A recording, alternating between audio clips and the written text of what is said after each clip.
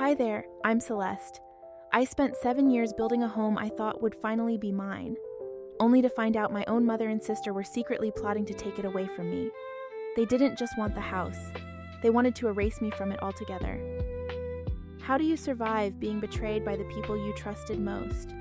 Before we dive deeper, have you ever felt like a stranger in your own family? What time are you listening to this? And where are you tuning in from? Drop a comment below. I would love to hear your story. And if this resonates with you, don't forget to subscribe so you won't miss what's coming next. The sky was still bleeding soft hues of pink when I pulled into the driveway. The scent of fresh-cut grass clung to the thick air, and for a moment it felt almost peaceful, until I noticed the boxes. They littered the front lawn like abandoned promises, unfamiliar and out of place. A jolt of unease hit my chest. I killed the engine and stepped out, gravel crunching beneath my worn sneakers. My keys felt too heavy in my palm as I approached the house I had bled 7 years of my life for, through late nights, second jobs, and moments so lonely they almost broke me. And yet here I was, hesitating at the front door like a stranger. Inside, laughter floated from the living room. I found Sierra sprawled on the couch, one hand lazily scrolling through her phone, while Mom, Darla, fussed over a stack of decorative pillows like she was setting up her own home. "What is all this?" I asked, voice already thinning out before it reached them. "Oh, sweetie," Darla chirped without looking up. "We're just getting Sierra settled. Family has to stick together, right?" Sierra gave a half-hearted shrug, not even bothering to meet my eyes, as if everything had been pre-decided, as if my consent was irrelevant. I stood there, the bag of groceries slipping slightly from my fingers. The living room, the one I had chosen the colors for, fought over flooring for, celebrated in, was no longer mine. I wasn't even a footnote in the decision. Darla finally turned to me, a faux sympathetic smile plastered on her face. "You understand, don't you, Celeste? Sierra's going through a lot, it's only fair, just temporarily. You'll find another place easily, you're so independent." The words floated in the air like smoke from a slow-burning fire. They tried to dress up betrayal as sacrifice, theft as generosity, and somehow I was supposed to be grateful. Later, as the neighbors gathered outside for their evening walks, Mrs. May approached me casually, her arms folded like she was trying to keep something inside. "Heard you're making things difficult for your poor mother and sister," she said, not unkindly, but with enough tilt in her voice to cut. I blinked at her, too stunned to react. "Excuse me?" She hesitated, looking embarrassed. "Darla said you've been, well, a bit selfish, not helping out. It's hard on family, you know, when someone refuses to pull their weight." The ground under me tilted, just a little. I watched Mrs. May shuffle away, her gaze deliberately avoiding mine. Across the street, a few other neighbors nodded at each other, murmured, glancing at my house. No, not my house anymore. With sympathy that wasn't meant for me. Inside, the air felt thicker. I picked up a framed photo that had fallen to the floor during the moving chaos. It was a picture from the day I bought the house, my smile too wide, my eyes too hopeful. A jagged crack ran right through the center, splitting me in half. I didn't scream. I didn't cry. I simply placed the broken frame gently back on the shelf, my hands steady, my heart anything but. Standing at the threshold of my bedroom, I realized the room wasn't mine anymore either. My suitcases weren't tucked under the bed where they belonged. They were lined up neatly by the door, like obedient soldiers waiting for orders. I gripped the cracked frame tighter, feeling the sharp edge press into my palm. Home had stopped being home a long time ago. I was just the last one to notice. The morning after felt heavier than the night before. I tried to shake off the tight knot forming in my chest, blaming it on lack of sleep or too much coffee, anything but the truth I didn't want to face. I stopped by the local cafe on my way to work. It used to be a small comfort, the smell of roasted beans, the familiar buzz of neighborhood gossip humming softly between tables. But today, the air tasted different, bitter. Mrs. May was already there, hunched over a lukewarm cup, eyes darting up as I entered. She smiled, thin and nervous, beckoning me over. "Celeste," she said gently, almost whispering. "People have been talking about your job, about you." I blinked, the words bouncing off me like pebbles against a wall that hadn't fully cracked yet. I forced a smile, brushing it off, but deep down something icy started spreading through my veins. It didn't take long before I caught snippets of hushed conversations swirling around the cafe. Poor thing, one woman said, shaking her head. Lost her job, lost her mind apparently. Her mom said it was for the best, another chimed in. The house was too much for her. Family has to step in sometimes. Each word felt like a scratch against glass, sharp and deliberate, etching lies into the surface of my life. Darla's voice echoed in my memory, her syrupy reassurances now curdling into something sour. I stood frozen, pretending to wait for my coffee order that I no longer wanted, while the ground beneath me felt like it was giving way. Not because of the house, not yet, but because the foundation of who I thought I was, the respect I thought I earned, was crumbling with every whispered word. When I finally made it back to my car, the door creaked as I pulled it open too forcefully.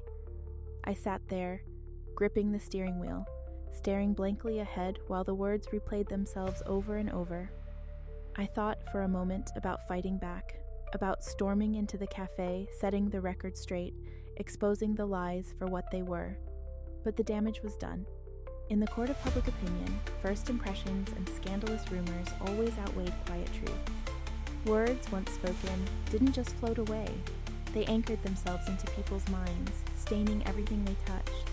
That evening, as I sorted through the pile of unopened mail sitting on the kitchen counter, an official-looking envelope caught my eye. My name typed neatly, formally.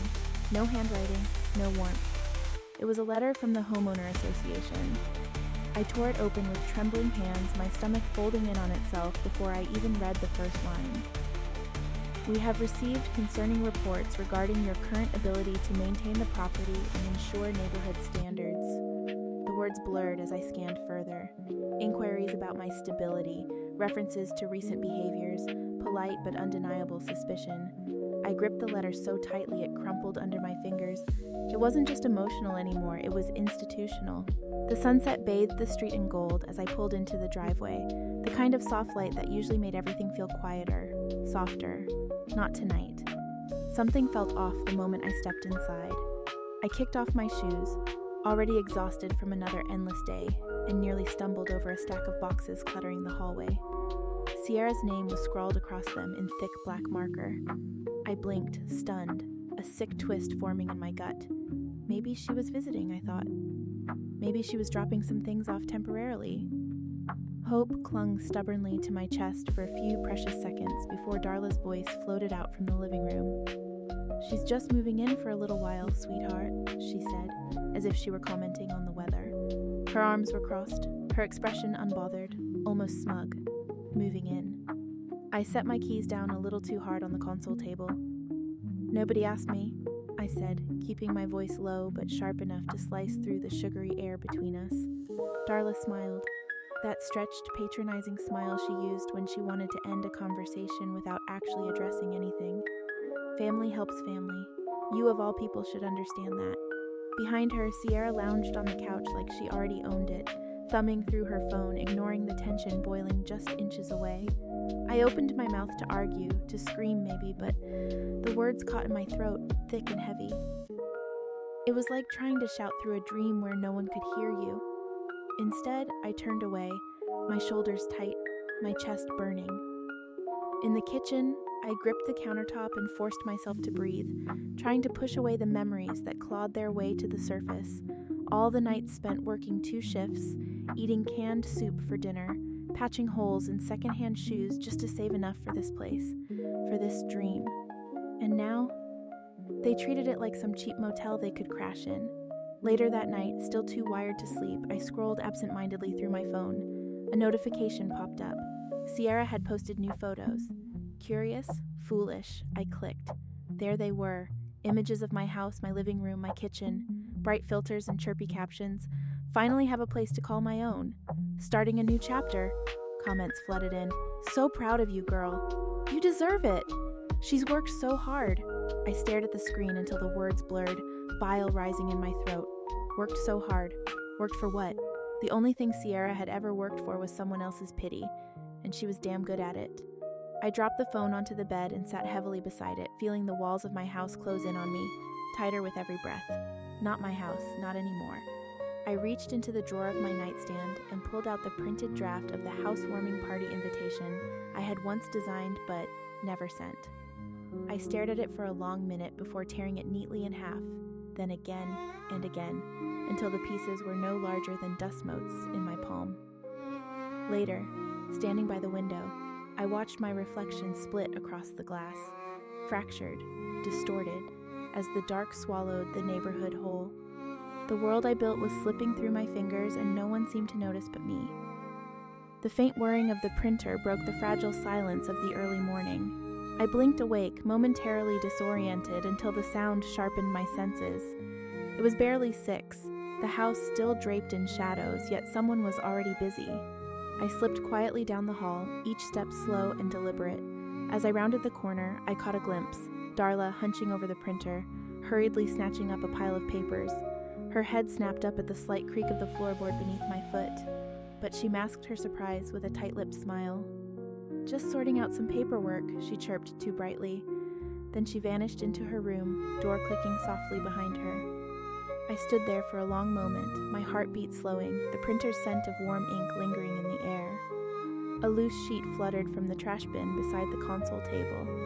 My fingers reached for it before I even realized what I was doing. The mortgage agreement. My name, my blood, my sweat, all printed neatly at the top of the page, now crumpled carelessly among yesterday's junk. A cold weight settled in my gut. They weren't just moving in.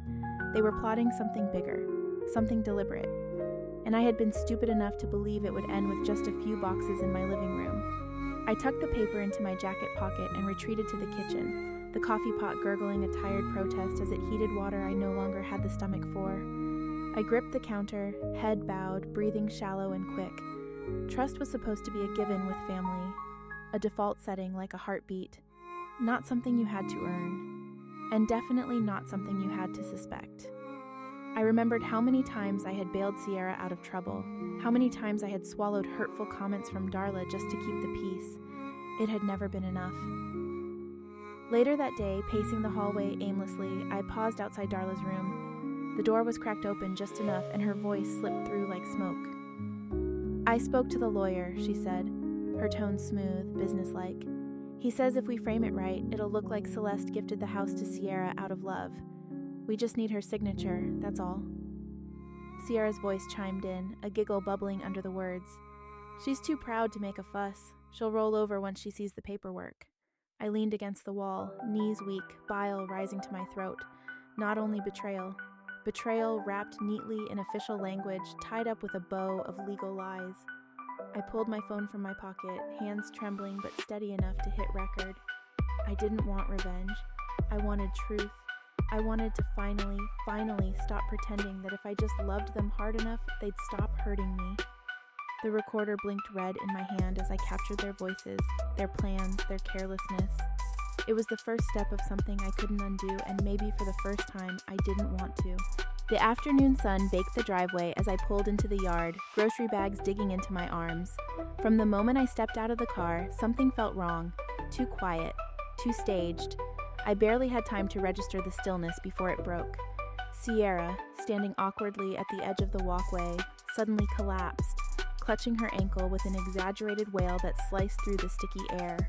I dropped the groceries and rushed forward out of instinct, but neighbors were already pouring out from their porches, buzzing like flies to sugar.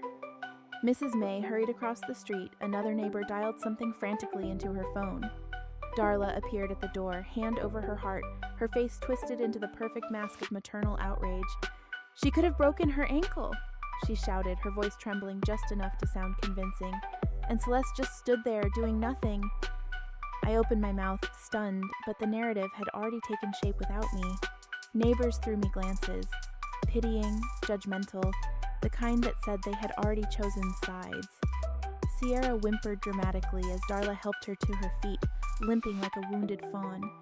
Every move was calculated, every tear strategic. My throat closed around the protest I wanted to scream. I bent down, collected the falling groceries with numb fingers, and slipped quietly inside before my own anger betrayed me in front of an audience already primed to hate me. Later, in the stillness of my bedroom, I sat curled on the edge of the bed, staring at the half-emptied grocery bags. Milk sweating on the floor, bread crumpled beneath canned goods. This wasn't just about a house anymore. This was about erasing me. Their web of emotional blackmail had moved from whispered accusations to full-blown theater, and somehow, some part of me still felt guilty, still wondered if maybe, somehow, I was the villain they painted me to be. I hated that part of me. I hated how easily it curled up and accepted blame. Night fell heavy and unkind. Through the paper-thin walls, I heard laughter. Darla's voice, low and triumphant, Sierra's higher, tinged with victory.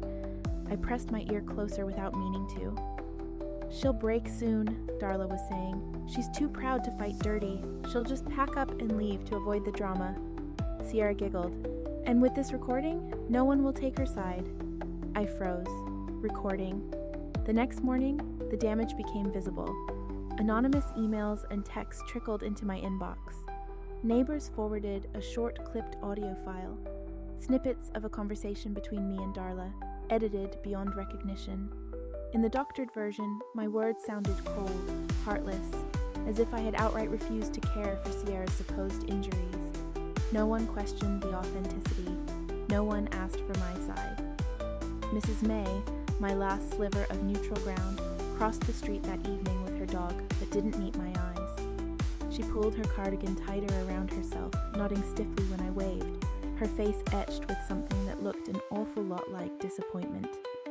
I stood there on the porch, the grocery bag still heavy in my arms from the night before, and watched her retreat without a word.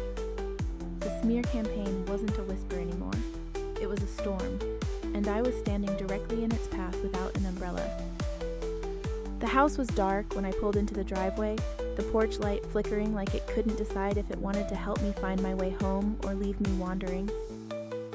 I had just come back from dinner with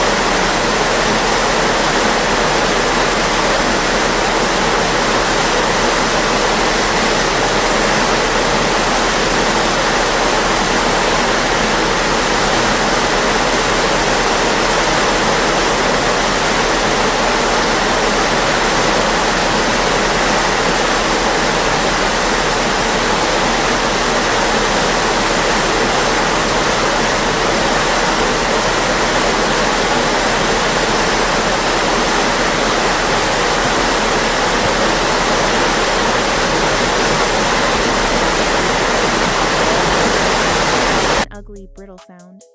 I already picked out the paint colors. Once she's out, I'm gutting that awful kitchen. They laughed together, the sound bouncing off the walls like the cruelest lullaby. I pressed my back against the cold wall.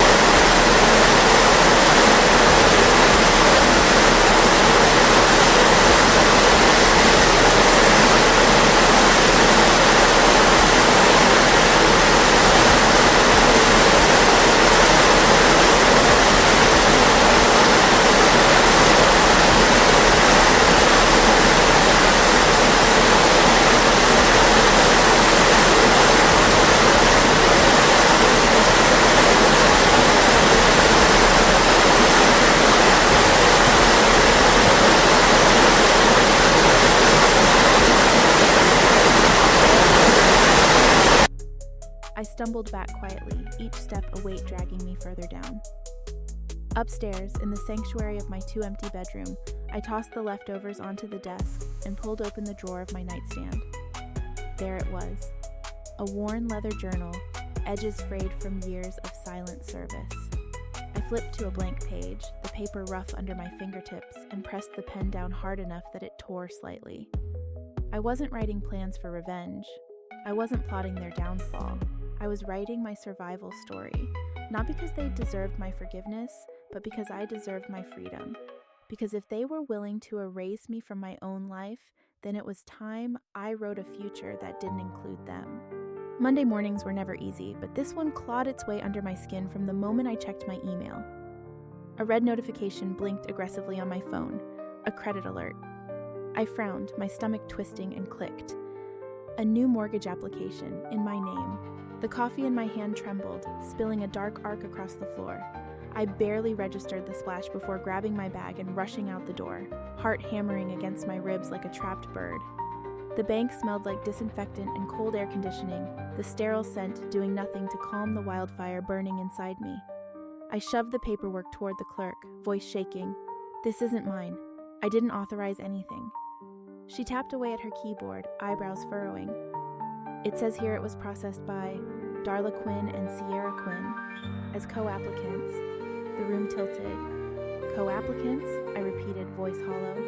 "They stated you were assisting family in purchasing a secondary property," she added, reading off the notes. "All the necessary financial support documents were submitted."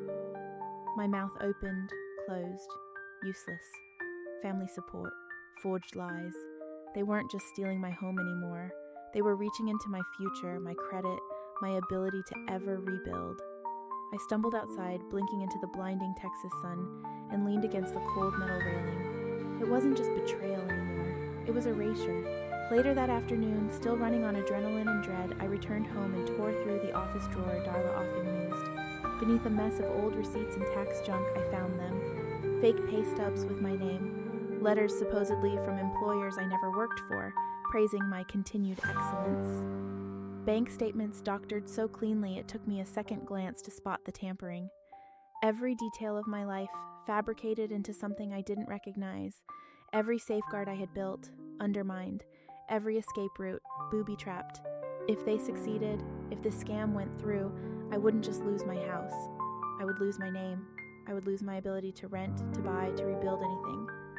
Panic clawed at my throat, but underneath it, deep, steady, a new thing grew. Resolve. Because if I didn't act now, I wouldn't just be homeless. I would be powerless, and I refused to be powerless again. I stumbled outside into the late afternoon air, the heat hitting me like a slap. The neighborhood buzzed with quiet life. Children biking down sidewalks, sprinklers hissing across perfect lawns, dogs barking lazily at passing cars. Life moved on. Life didn't care if you were drowning. I pulled out my phone, fingers shaking only slightly, and typed a single message to Naomi. "It's time. I need your help."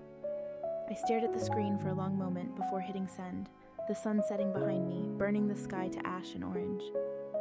The coffee shop was quiet, tucked away from the heavy hum of evening traffic.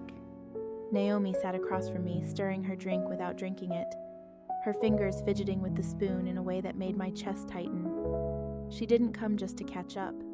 I could feel it in the weight between us. Finally, Naomi set the spoon down and looked me squarely in the eye. "I should have told you a long time ago," she said, voice low.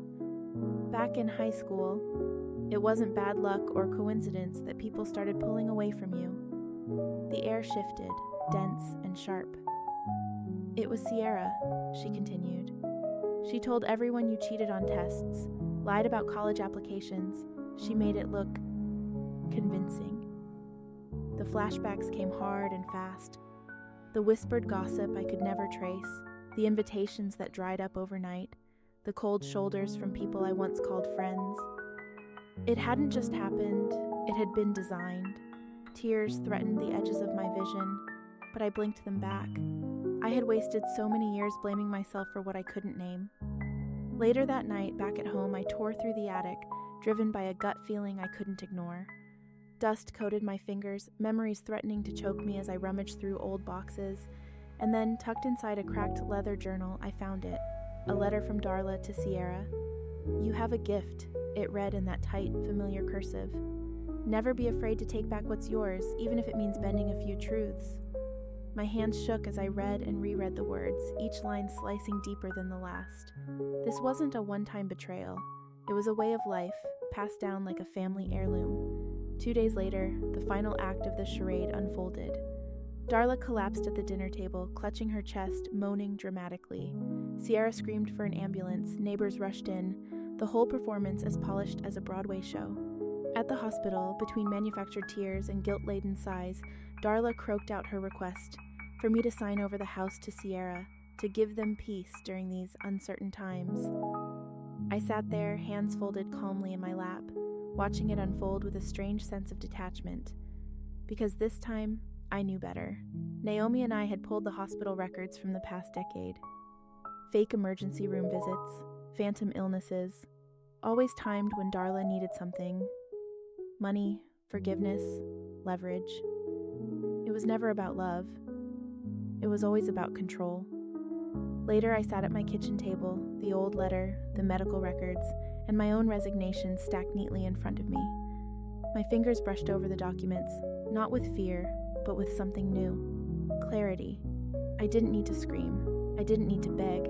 All I had to do was walk away and leave them trapped in the house of lies they built brick by miserable brick.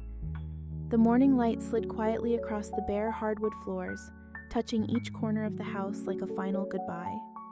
I stood in the middle of it all, the echoes of memories clinging to the walls, the empty spaces where once there had been hope. This wasn't my home anymore. Maybe it never really had been. I inhaled slowly, letting the silence settle inside me. For the first time in weeks, I wasn't fighting it. I was simply being. The final confrontations had been ugly. Darla's carefully crafted lies fell apart under the weight of actual evidence. The forged documents, the fake illnesses, the recordings. Sierra's face had crumbled when the truth surfaced, her carefully curated victimhood slipping like makeup in the rain. Neighbors no longer looked at me with judgment. Now it was pity, or worse, silence. It didn't matter. Their opinions, once a source of such deep hurt, felt small now, distant. The contracts they had tried to force through were voided, torn apart by a combination of legal intervention and public exposure. My house was mine again, legally, fully, and yet I didn't feel victorious. Standing there, I didn't feel anything close to celebration. What I mourned wasn't the betrayal. It was the loss of something I had never truly had, a family that loved me without condition or expectation, a place that felt safe because it was built on something real, not transactional. I let my fingers trail along the wall, remembering how excited I had been picking the color, arguing with the contractor about the floorboards. Dreams soaked into these boards, but dreams, like people, sometimes rot from the inside out. Freedom, I realized, wasn't a house. Freedom was being able to leave without looking back. Packing had been strangely easy. Most of my belongings fit into a few suitcases. Clothes, books, the necessary things. The sentimental ones, the old photo albums, the gifts from birthdays that had felt forced even then. I left those. Let them have the ghosts. The house, I decided, would not sit empty. I leased it to a young family just starting out. People who still believed in fresh paint and backyard barbecues and Saturday mornings spent fixing things together. They deserved a chance to fill the walls with better memories. As for me, Oregon called, a place with misty mornings and endless forests, a place where no one knew my name or my past, where I could breathe without feeling the weight of 1,000 expectations pressing down on my ribs. At the airport, I sat by the window, my carry-on bag resting at my feet. Inside were two things: the letter from Darla I could never quite throw away, and a blank journal with a worn leather cover. One, a reminder of where I came from. The other, a promise of where I was going. When my boarding call echoed through the terminal, I stood, adjusting the strap on my shoulder. Some doors don't close. You just choose to stop knocking. Looking back now, I understand something I didn't know when I was standing in the middle of the wreckage. Family isn't built on blood alone. True family shows up for you, respects your boundaries, and doesn't build their dreams by destroying yours. You are allowed to walk away from anything that diminishes you, even if it wears the face of someone you once called home. Freedom isn't selfish, it's survival. Healing isn't forgetting, it's choosing to live without letting betrayal define you. What about you? Have you ever had to walk away from someone you once trusted with everything? I'd love to hear your story. Drop a comment below, even just a 1 inch, or let me know where you're watching from. Your voice matters here. If this story touched your heart, please hit the like button and subscribe to the channel so you won't miss the next story. Let's keep building a community where real stories find real hearts. Thank you for being here.